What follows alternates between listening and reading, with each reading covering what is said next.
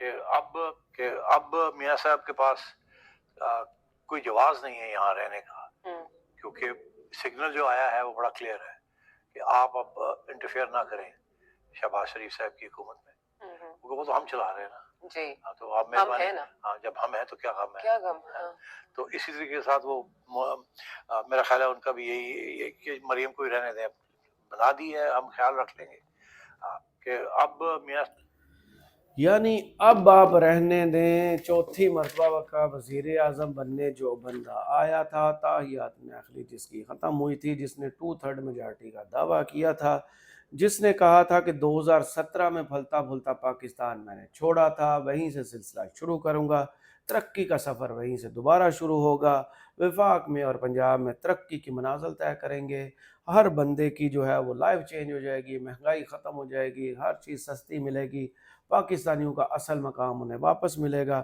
لیکن افسوس اب وہ اپنے اصل مقام، اپنے اصل گھر جانے کی تیاریوں میں مصروف ہے، اسی لیے وہ خدیبیہ پیپر ویل اور رمضان شوگر مل کا دورہ کر چکے ہیں۔ اب وہ سامان پیک کریں گے، رمضان کے آخری عشرے میں وہ سعودی عرب میں ہوں گے، اور اس کے بعد وہ ہمیشہ کی طرح عید جو ہے وہ لندن میں منائیں گے، اور اپنے اصل مکان اور گھر میں سکونت اختیار کریں گے۔ اس کے بعد آج 23 مارچ پر پریڈ کے علاوہ جو سب سے بڑی تقریب تھی وہ تھی ایوان صدر میں۔ ایوان صدر میں جو تقریب تھی اس میں ایوارڈز دیے جاتے ہیں، آج 14 اگست کو اناؤنس ہوتے ہیں اور آج ایوارڈز دیے جاتے ہیں۔ اس میں 2 ایوارڈز انتہائی تکلیف دیں۔ ایک تو پہلے جیسے بھی حالات میں ہیں، چلیں ان کو تو لوگ مبارکباد دے رہے ہیں، آئی جی پنجاب ڈاکٹر عثمان صاحب۔ ڈاکٹر عثمان صاحب اتنے نالائق اور نااہل انسان ہیں کہ 9 مئی کے واقعات میں وہ نہ قانون کی رٹ قائم کر سکے تھے، نہ سرکاری املاک کو جلنے سے بچا سکے تھے، نہ ہی کور کمانڈر ہاؤس کو جانے والے رستے پہ رکاوٹیں کھڑی کر سکے تھے۔ یہ وہی ہیں جن کے ہوتے ہوئے ضلع شاہ صاحب لاہور میں قتل ہوتے ہیں، پرویز الہی کے گھر کا گیٹ توڑا جاتا ہے، عمران خان کے زمان پارک والے گھر کا دروازہ توڑا جاتا ہے، چادر اور چار دیواری کی بدترین بے حرمتی کی جاتی ہے، میاں اسلم اقبال کے گھر میں ان کی بیٹی کا جہیز لوٹ لیا جاتا ہے، ان کے گھر میں جتنے پیسے ہوتے ہیں وہ لوٹ لیے جاتے ہیں، قیمتی سامان اٹھا کے لے جایا جاتا ہے۔ جناب عباد فاروق صاحب کا معصوم بیٹا حماد جو ہے وہ شہادت کے مرتبے پر فائز ہو جاتا ہے، ان کو اپنے باپ اور دادی سے اور ماں سے نہیں ملنے دیا جاتا۔ یہ وہ آئی جی پنجاب صاحب ہے۔ سی سی پی او پنجاب جو بلال کمیانہ صاحب ہے، ان کو بھی ماشاءاللہ سے ایوارڈ سے نوازا گیا، حلال امتیاز دیا گیا ڈاکٹر عثمان کو۔ ڈاکٹر عثمان صاحب کو میرے حال میں نشان حیدر بھی دے دینا چاہیے تھا، اور اس ملک میں پہلی مثال قائم کر دینی چاہیے تھی کہ زندہ سیکیورٹی اہلکار کو بھی جو ہے نا وہ اس ملک کا سب سے بڑا ایوارڈ دیا جا سکتا ہے۔ ڈاکٹر عثمان صاحب کے ہوتے ہوئے پنجاب پولیس نے جو ترقی کی منازل طے کی ہے نا وہ سب کے سامنے ہے۔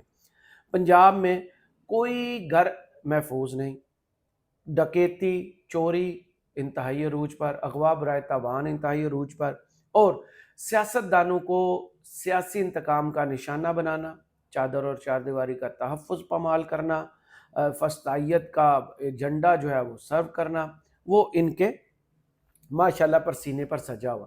لیکن شاید اس داغ کو چھپانے کے لیے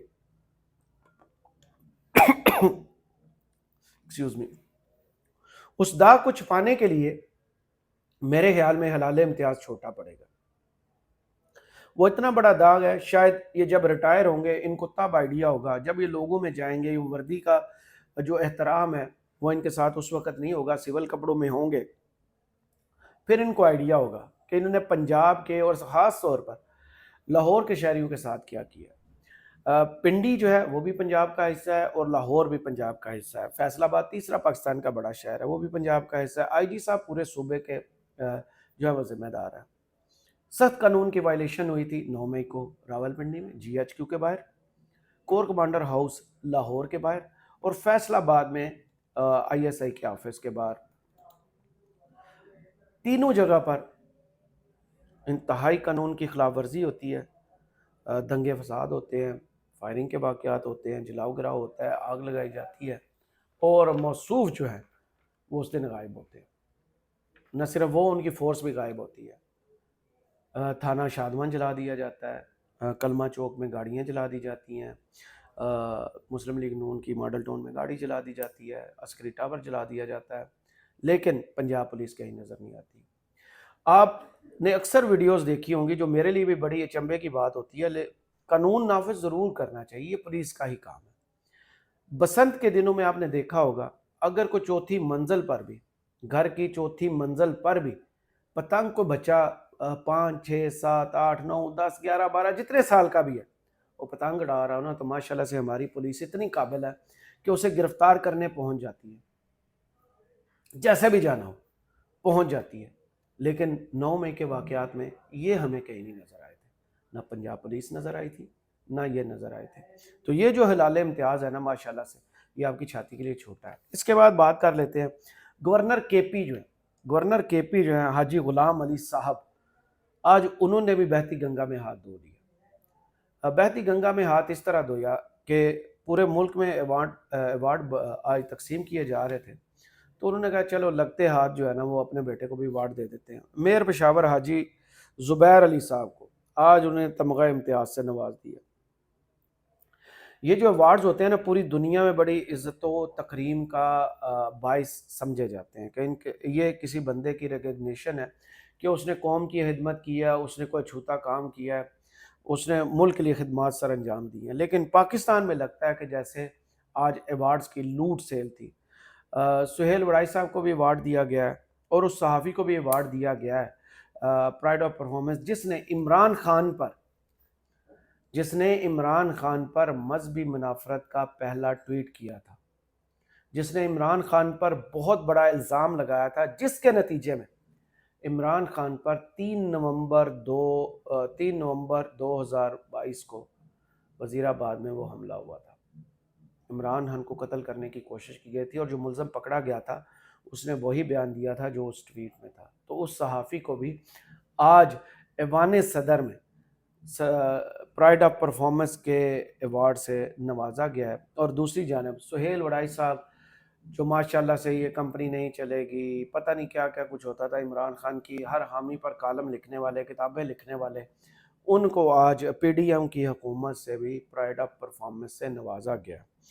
تو اس لوٹ سیل میں یہ کچھ نام جو ہیں وہ سامنے آئے تھے, کنٹروورشل نام کافی زیادہ ہیں جن کو ایوارڈز دیے گئے ہیں. لیکن یہ اگزامپل ہے صرف آپ کے لیے کہ اس ملک میں اگر آپ عوام کی آواز کو دبائیں گے, اپنا کام نہیں کریں گے, نالائکی اور نااہلی دکھائیں گے, تو آپ کو ماشاءاللہ سے بڑا ایوارڈ بھی جو ہے نا وہ مل سکتا ہے.